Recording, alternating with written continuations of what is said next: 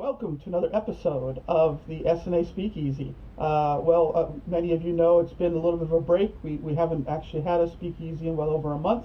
That was mainly because we got busy with other things, but we're now happily resuming the series and with a very excellent guest who's going to talk to us about the foreign business community in Japan.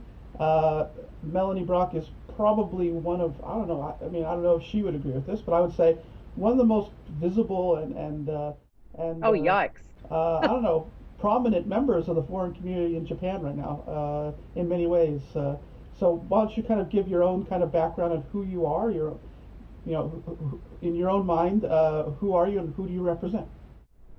Well, thank you. I don't know that I'm the most prominent, but I have a bit to say every now and then, so maybe that's what people might remember you for. But I've been in Japan for some time, not as long as the as people who sort of came in the 60s and the like, but I first came when I was an exchange student from a very small town in Australia. And I found the article today actually that had been written at the time when I first had heard that I was successful in getting this exchange program. And it said that I had asked to go to West Germany as it was, Denmark, and France. So I guess those were the days when, we all wanted to travel to Europe to sort of, learn more about the world and what have you. But I was sent to Japan and I went to Aomori, to Hachinohe. And so I've got very strong links to that area, and that's sort of been a big part of my world before, at that time, but also particularly around the time of the earthquake and since in part and a lot of the reconstruction activities and things. I have my own business. I have probably always been a small business person. But I had a couple of jobs where I was working for other people. I worked at the Australian Embassy as an interpreter and then in their education section. And then I worked for the Meat and Livestock Australia, which is the beef producers lobby here in Japan. Well, it's a global group, but I was their Japan representative. But other than that, I've always been small business, and I sort of think that probably goes back to when my family, a lot of my family are all small business owners. So I think we just grew up with it, and that was where I naturally thought I'd head. I should probably say the most important part of the whole story is that I'm a mother of two young boys. Well, they're grown men now. My oldest son is here in Japan with his family, and my youngest son is in Perth. In Western Australia. And I've got three grandchildren to keep me very, very busy and very, very happy. All right, excellent. So was it the family connection that kept you in Japan all these years, or was it something else that glued you to the country? Yeah, I do remember very clearly.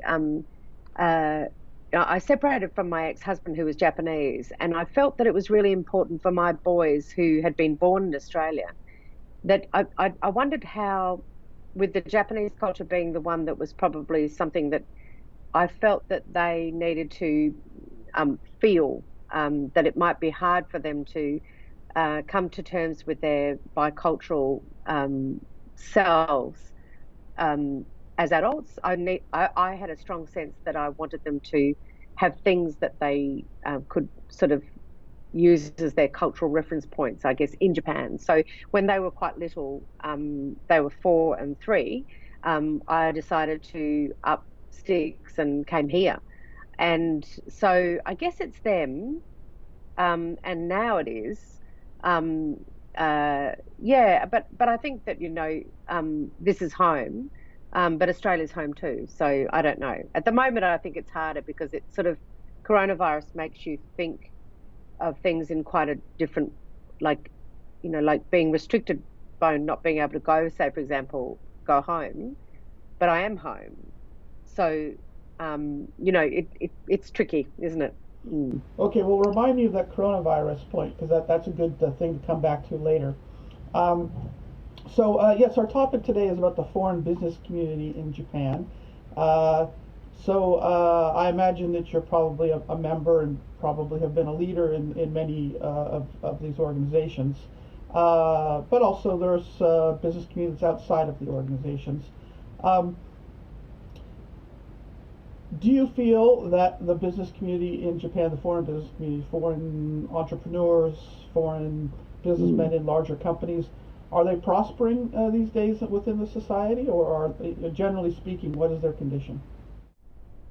I obviously can't speak for anybody other than myself, but I can sort of have a go at understanding how, or at least representing what I hear.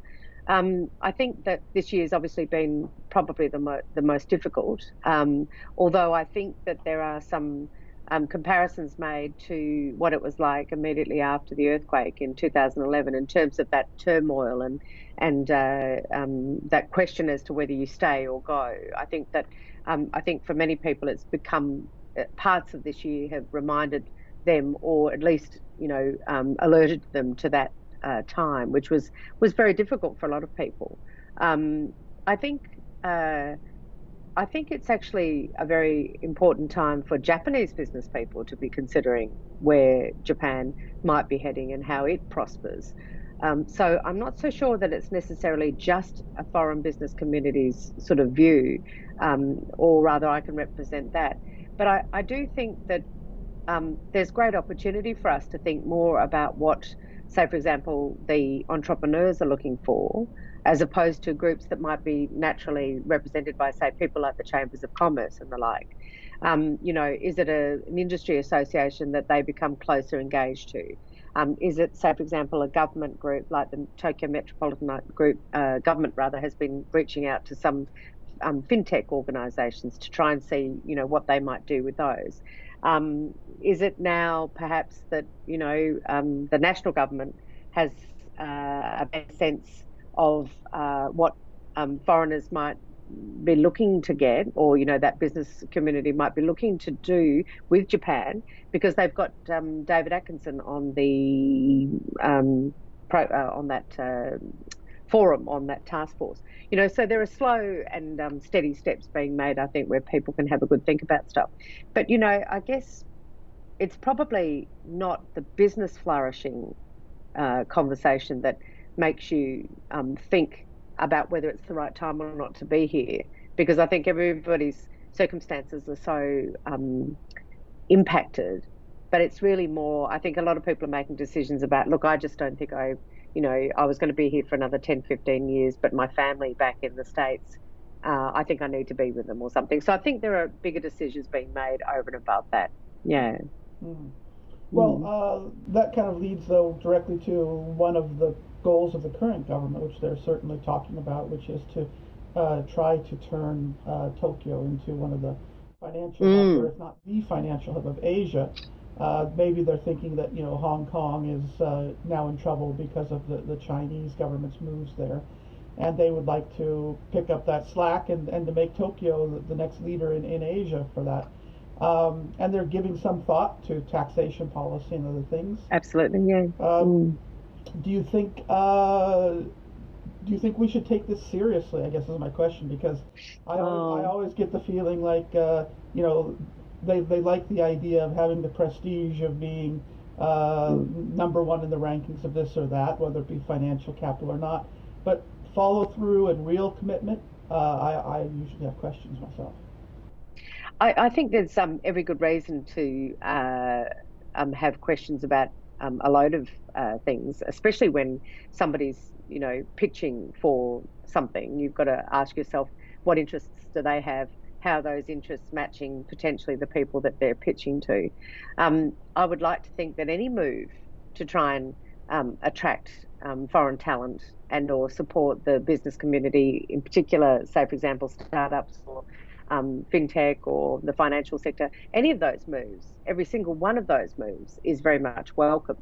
But at the same time, they've got to be, you can't, I don't think you have many turns at this. I think you have one crack at it probably. And when I look at the efforts made by, say, for example, even Australia, where a really solid sort of advisory board has been brought together, where people are just, drawing on each other's expertise, background, connections and networks, and they're just going, right, how can we go about this? And then you look at what Singapore might be doing in terms of attracting that talent and that sort of network. And I think Japan, I would like to think that Japan has its listening ears on, and that the politicians and or the bureaucrats are saying, or that they're doing a proper risk assessment of what happens when it's taken from us, taken from Japan. Like there, you won't get another turn at it because it'll be set up then, and you'll get dribs and drabs. So if you really want it, you've got to really move. Now, are they doing that? I don't particularly, I'm not on that committee. I don't see the actual, but I think that we could probably boost it up a bit to try and do that. But to boost it, you've got to be sure of what you're offering. Now, we all know the impact that the inheritance tax that is having on people, particularly for someone like me, where in my country we don't have an inheritance tax. So the very fact that my parents might die in Western Australia at any stage, but the fact that they might die and leave their little, inheritance to me, and that would be taken by the Japanese government is sort of, it seems a little odd. I'm happy to give mine away because I've benefited from living in Japan for many years, but I don't know that my parents should lose theirs. So some of those more fundamental, and I know it's not all about whether Melanie Brock's parents get to leave their daughter, the money that they want to leave her and the like. But it's that comfort and that financial sort of vision that I want the Japanese government to have for our community, and sideways with the Japanese community too. Mm. Well, let's say taxation is one of the big elements that the Japanese government would need to address to start meeting this goal. If you were to sketch out two or three others that you think are the biggest needs to really, attract the entrepreneurs and these people who they say they want, but, like I said, it's not always clear that they want to do what it takes to get there. Yeah. I was terribly disappointed at the decision to, sort of close off avenues for re-entry for permanent residents. I take my permanent residency very seriously. I don't think it's all about me paying tax, therefore I've got extra rights. But I think it's that I live up to my obligations, I think, mostly here. And therefore, I wasn't sure why why is it that I couldn't come in and back and forth. And of course, it wasn't a time that you were wanting to travel, but I do remember feeling terribly disappointed that years and years of commitment might not necessarily have been heard. Now it's a pandemic, so of course it's very difficult times for governments with a range of stakeholders to look after, particularly citizens as well. But on that level, I thought that perhaps there was just something that if perhaps we were a little bit more, if it was more inclusive, that it would never have come down to that decision. So I do think that there's probably some ground that needs to be built back. I think that reputationally, I think that some of us are potentially feeling or reeling from that. I don't know that it's something that would necessarily affect people enough to make them leave Japan, but I hear of people who've done that. In terms of other things that I think the Japanese government could do, I imagine, perhaps I am known on Twitter to have a little bit of a whinge about the Japanese banking service. The structure or I've got a KK business, and goodness me, some of the whole, not red tape as such, but just the onerous paperwork and fees for this and that, and every time I move, it seems like there's a lot of regulatory hoo-ha. And I wonder how hard that would be. I sort of put it down to, all right, it keeps everybody in a job. And, yes, I do what I'm told mostly, but, I have a bit of a whinge about it maybe and what have you. But I sort of think if you want nimble, entrepreneurs who might have several markets. Say in the future, if they're people who are working in, I don't know, parts of China and Japan and say Silicon Valley, and you want them to be able to move quickly, you don't want them to be tied down by some rather onerous regulations that were built for companies, yes, in the yesteryear. So I'd like to think that some of these regulations will keep up with the times. And I think that the Minister for Administrative Reform in Corno Taro, he's definitely made a kick, like a start at that. Prime Minister said, get on with it, and he's taken him seriously. And we could probably give him a list of things that we think might come next, like dual citizenship for foreign residents. I think that I would like to think that my children had the opportunity to be resident of both countries, of Australia and Japan. When they were born, I remember talking to the then ambassador who said, "Oh, in 20 years, Melanie, they won't need to make a decision because we will have moved on. We will sort that out." Well, it's now 28 years and that hasn't happened. So that's another area that I think if the government was sort of more, you know, committed to the foreign business community, they would want them to be here for a long term, and they would need to look at how what that impact has on their families. So there's a fair bit in there, but yeah, it was I think a very difficult year for a lot of people in terms of feeling that they didn't belong, perhaps. Mm. Well, you kind of already anticipated my question on COVID-19 pandemic there, so don't need to cover that ground, except to note that we did learn later that while foreign business people and residents were being kept out, U.S. Marines and others were able to come straight through. So it was and actually with the disease. Well, I mean, in Australia too, we've had a number of, and Australia took very, stringent and strident sort of steps early on and said, no, we're going to close the borders and we're going to have quarantine for 2 weeks in hotel facilities, etc. And I know a lot of Australians are very disappointed to hear that some of our more, high-flying politicians and the like, they get to move, and yet the average Australian, I mean, my son can't leave to come here, but a politician who needs to go and see the Pope or somebody, I don't know, they can. So that it's not just Japan where there's been some mixed messaging around, what happens and what doesn't happen. I'm sure it's, somebody said to me last night, maybe we need to be kind and wait for 2 or 3 years before we look back on our governments and see what their COVID sort of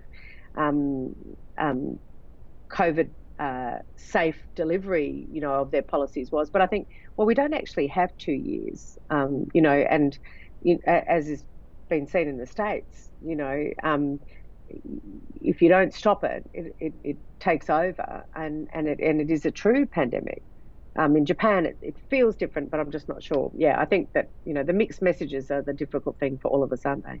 Mm.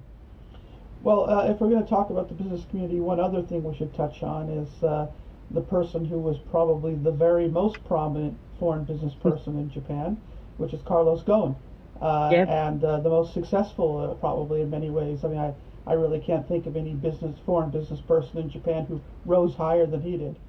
I think so. Yeah. And his message now is pretty clear. He says if you're a foreign person living in Japan, you're taking your life into your hands because you have no rights, is essentially what he's saying. What's your reaction to that? And has it been something that did echo through the business community here, as far as you know? I think it definitely did echo. I think there have been other circumstances before Carlos Ghosn, whereby people have considered what avenue they might have if, in fact, there happen to be some issues raised, especially if you're in a position where you're in either management or on a board of a listed company, for example, or a semi-government panel of, not a panel but a task force of some sort. I'm sure there are obligations around your rights, etc. I think, Carlos Ghosn had a very high profile because he obviously chose to, have that high profile. And he was the CEO of Nissan. Of course, he's going to have a very high profile. And he had an alliance and a collaboration to deal with, so he had to sell that. And we know how mergers can sometimes, but the post-merger moment can be the difficult part for businesses. But I think that I think that we were mostly the business community, and I think Japanese too, to tell you to tell you the truth. I think people were quite shocked that white collar crime, say for example, and it was still alleged at that time, that white collar so-called alleged incidents could still be punished in the way that in many of our own countries, you would be out on, there would be a trial, and then you would be considered, and then there would be punishment, and what have you. Whereas it sort of very quickly flipped to him being detained and then held in circumstances which we know are quite different to many of the countries we come from. I don't know how many people on your network will have physically had to go and assist people up at the various facilities, but I've done that several times, and it's shocking that somebody who's sometimes been involved in a light skirmish of some sort is held for 20 something days before in fact they can get for a judge or whoever to sort of see their case and the like. So there are people who say, well, he was in Japan, he knew the deal. To those people who get involved in the light skirmishes and the other problems and what have you, they know the deal. Well, I don't know if they know the deal so much as they know that they have to abide by the rules of the country that they're in. I guess for Carlos Ghosn, though, what we've heard since is that he might not have known what those circumstances were, and that he was the scapegoat for greater things that were happening. I don't know.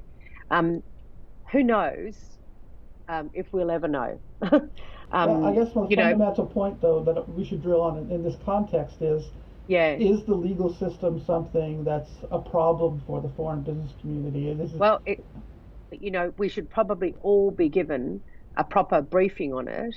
And, if you take a role on a board, for example, you need to, know exactly what that listed board, what the obligations are as a director. If you take a management role, you need to know about that. If you're a journalist, you need to understand about what that impacts for you. I think the onus is on yourself, but yes, the legal system is very, very different. And so anybody coming here has to come with all of that understood. So I guess what where you're coming from is, do they still come? Will people still come with all of that in the background, and that I don't know. I mean, I don't know. I've never been offered big bucks to do anything, but maybe somebody gets offered a truckload of money and they say, okay, I'm fine, I'm off to Japan. I know there's a risk, or I'd heard that Carlos Ghosn was in area where it was grey, or it was this or whatever. I don't know. And the FT will tell us, I'm sure, in the end what the actual story was. But people have to make up their own minds. But I do think that the system is very draconian in its application of that. And I respect the rule of law here. I abide by it. But I do think that there are areas where hopefully over time the application of it will become more suited to people who might not have the full understanding that the Japanese do. And I'm not sure the Japanese have the full understanding. Well, no, that's why I mean. That's why I mean I don't know that the average Japanese person understands sometimes what their obligations are, or where they might in fact be under pressure. Anyway, I'm not an expert in that area, but I do think I would like to think that that's an area where the various not-for-profit groups that support better human rights for people who are in fact held, that groups that support parents trying to seek greater access for children who they now don't have custodial arrangements for after divorce, etc. I hope that those not-for-profits are successful in sitting down with government and discussing the change that might need to be made to bring it in line with some of the more modern principles of other places. But as I said, we're all guests of the government, really, in one sense, and so you've just got to know what your rights are. Mm. Okay, well, probably the last question from me will be, getting away from the Japanese and what the Japanese do. Do you have any thoughts about what the foreign business community and the foreign community more general should be doing? I mean, should there be any attempt to build institutions, or any sense that they should act in some proactive way to improve their lives and livelihoods in Japan, or in a collective sense, or is it is it because we're guests of this country in a sense that it's better just to try to blend in and be as Japanese as possible? No, I think you've got to be who you are. When I say, we're guests, that I just mean that we need to behave appropriately. But I think that there are areas where it's been proven that Japan needs outside voices to help the process of change move along quicker than it might if left, in the hands of a more conservative group of mostly men. So that lack of diversity sometimes is something that we can bring to the story. I think that, giving young people a sense of how they can be involved in advocacy and how they might be involved in politics without becoming politicians, for example, or how they might take a role as a diet member's assistant or an intern, or do they get involved with an NGO or a not-for-profit? I think there are many things that the foreign community can do, like the Japanese, like young Japanese, I think, that need to see what's happening and see where they can bring about change. The one thing I'd say, though, about the foreign business community, and I take your point, it's not a case of just blending in, because that would be boring and horrible in any case. We've got to be exactly who we are and say what we feel. But I do think we need to be at least seeking to be effective in how we do that. And we all know that standing on a soapbox in the corner and shrieking in the loudest possible way doesn't bring about much change for Japanese either. So advocacy, lobbying, quietly working behind the scenes, pushing when you need to, standing back when you need to, then moving 2 steps forward, going back another one, and probably having a long-term approach to Japan is the only way. But, I've seen change, even though it feels sometimes that it's a very long time coming. I think that there's a good reason to imagine that sometimes you've got to just keep chipping away at it, and be yourself, but just do it in a respectful way. I found that actually a lot of foreigners in Japan think that if they're involved in politics in any way, shape, or form, it's illegal, or Yeah, it's against the absolutely. law, or they're Yep. going to be kicked out of the country. So what's the approach for people for that? I mean, there's a lot of fear in this country about doing anything. Yeah. And, when I was chair of the Australian New Zealand Chamber of Commerce, we had great discussions about whether we in fact saw ourselves as lobbyists, lobbying for better representation by, for Australian and New Zealand interests. And we came to the understanding and the agreement that we were advocating more, and that advocacy would be for us quite different to what it is for some of the bigger groups like the European Business Federation Commission, I Council. think it's called. Council. Yeah, Council, sorry. And also the ACCJ as well, because they have much more active lobbying activities that they're engaged with. But I remember reading just recently on Twitter a fellow who said that, there was no reason why you couldn't become more involved in politics by just simply, I don't know, visiting the Diet, or asking if you could intern. And I was always very careful about any political donations. And when I've done a lot of, I've got, a lot of friends in Japanese politics, and I know quite a few of the current cabinet. But I was very careful when I was sort of active with the beef industry, and then since then, to make sure that I didn't go to one particular party or the other. Now that's ridiculous because the LDP is really the only it's the only biggish party. So me turning up at the Communist Party, probably doesn't do much. But I didn't want anybody outside of Japan to say that I wasn't doing that I wasn't mindful of the various different opposition groups available. So I don't know. I don't actually, but I wouldn't ever make a politician what do you call it, a donation for fear that that would you know put me in the situation Well, where I think I financial donations are actually illegal, but other kinds of exactly in-kind in services are kind. not. Yeah. Absolutely. And I've had politicians here for dinner, and they have my homemade meals and the like. I hardly think it's worth much money, that's for sure. But I think you can be involved in Japan in many ways and learn a lot about Japanese politics at regional level, at local level, and also watch what's happening at the national level without it coming any close to or anywhere near the area where it's a grey zone.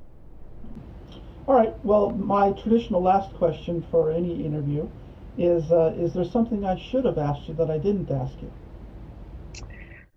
Um, I wonder whether I don't know that I have an answer, but I wonder what the Biden, like the US Japan and the China Japan and the China US relationship has for us all next year.